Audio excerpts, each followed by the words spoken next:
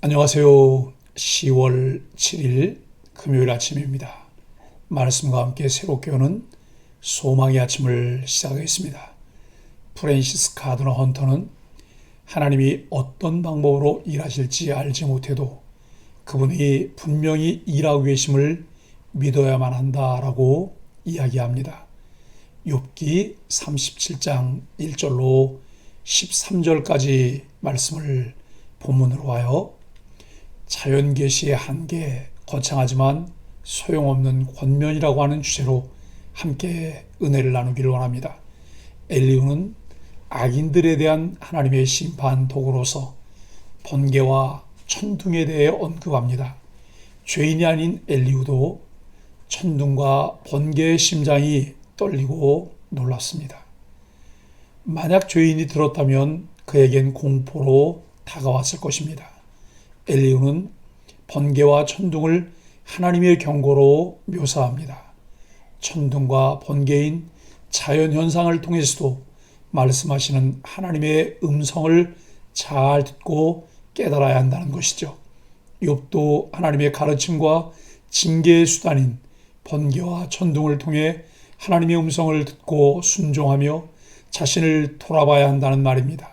하나님이 하시는 다양한 일은 인간의 이해를 초월하는 경우가 많지만 그럼에도 사람들은 하나님의 뜻을 찾기 위해 노력해야 합니다. 엘리후는 팔레스타인의 가을에 자주 발생하는 번개와 천둥에 대해 언급한 후에 겨울의 자연현상을 묘사합니다.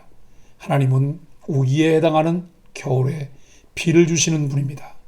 팔레스타인은 메마르고 건조한 땅이기에 비가 없으면 그곳에서 생명체가 살아갈 수 없습니다. 그러나 하나님은 세계를 창조하시고 유지하시는 분으로서 물이 필요한 세상에 때로는 눈으로 때로는 많은 비와 적은 비로 세상을 적셔주십니다. 하나님이 발생시키시는 기후와 계절의 변화는 인간과 동물의 삶에도 변화를 가져옵니다. 엘리후가 이렇게 기후와 계절의 변화를 언급하는 것은 자연계와 그 속에 살아가는 인간과 동물들의 삶도 하나님의 통제하에 있음을 강조하기 위해서입니다.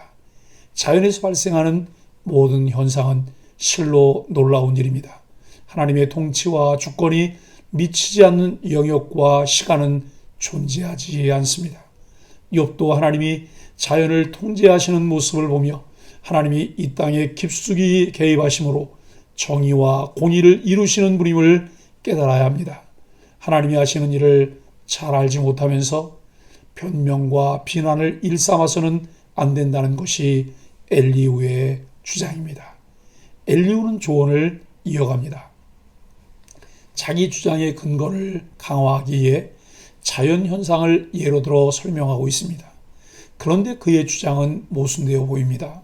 하나님의 활동은 인간인 우리가 헤아릴 수 없다 하면서도 욥에 관한 하나님의 뜻과 의지에 대해서는 다 아는 것처럼 말합니다. 이런 모순은 우리에게도 있습니다. 1절로 4절은 번개와 천둥 하나님의 음성입니다. 엘리후는 번개와 천둥을 하나님의 음성이라고 해석했습니다. 그 앞에서 두려워 떨었던 자신처럼 욥도 경외감을 가져야 한다고 말합니다. 단순히 큰 소리에 놀란 것과 큰 깨달음에 마음이 굴복하는 것은 완전히 다른 현상입니다.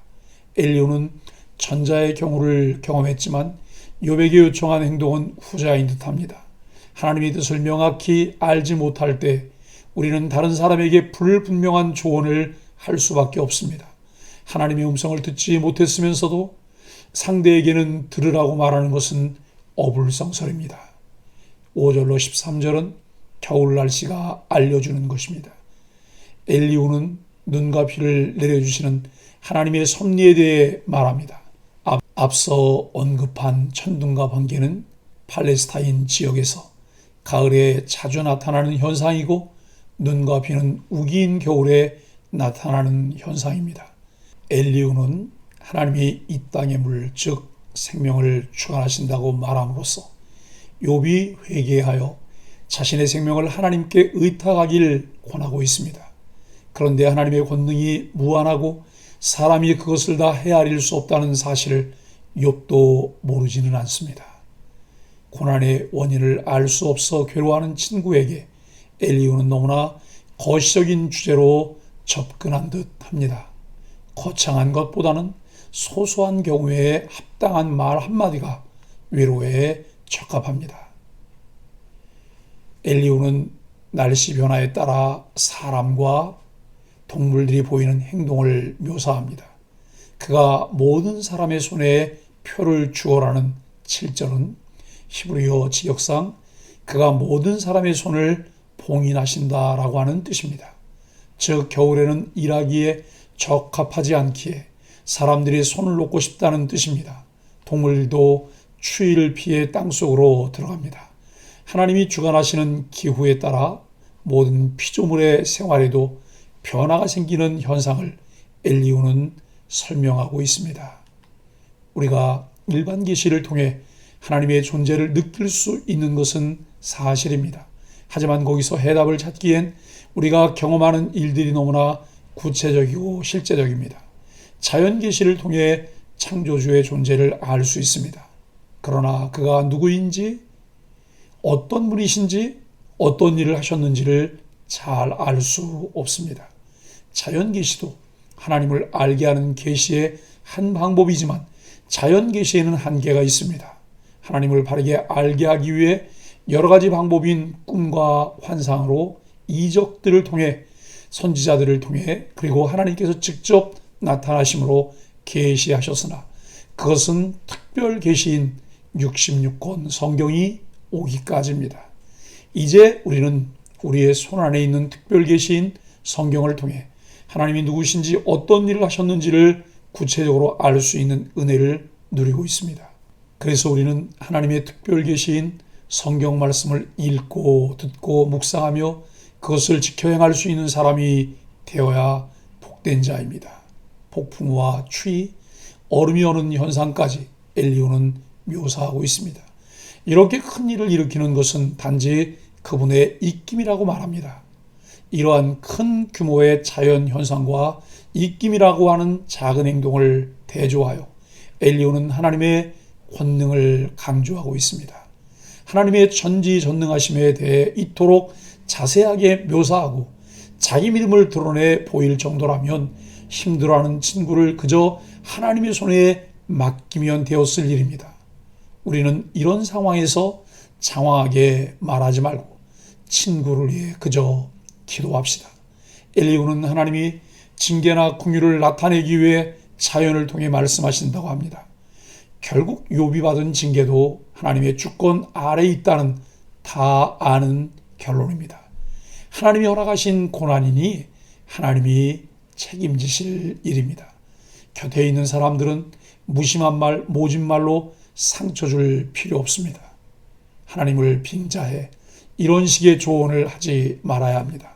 상대방을 진심 어린 마음으로 걱정하고 하나님께 기도로 의탁하는 것이 우리가 해야 할 최선입니다. 사랑하는 소망의 가족 여러분, 성경은 하나님께서 우리에게 자신을 알게 하시며 우리와 친밀한 교제를 나누고 하나님의 나라를 누리게 하시려고 주신 하나님 나라 안내서입니다. 자연 계시는 창조주 하나님을 어렴풋이 느끼게 하지만 특별 계시인 성경은 하나님의 섭리와 그분의 성품에 대해 정확하게 깨닫게 해줍니다. 자연 현상을 관찰한 결과나 그것을 통해 얻은 영감으로 하나님의 깊은 속내를 파악한 듯 말하려는 태도는 교만에 극치하지 않을 수 없습니다. 욥기는 계속 겸손이 참된 지혜임을 가르치고 있으며 그 가르침을 깨달은 사람들이 왜 하나님을 섬겨야 하는지를 발견하게 합니다.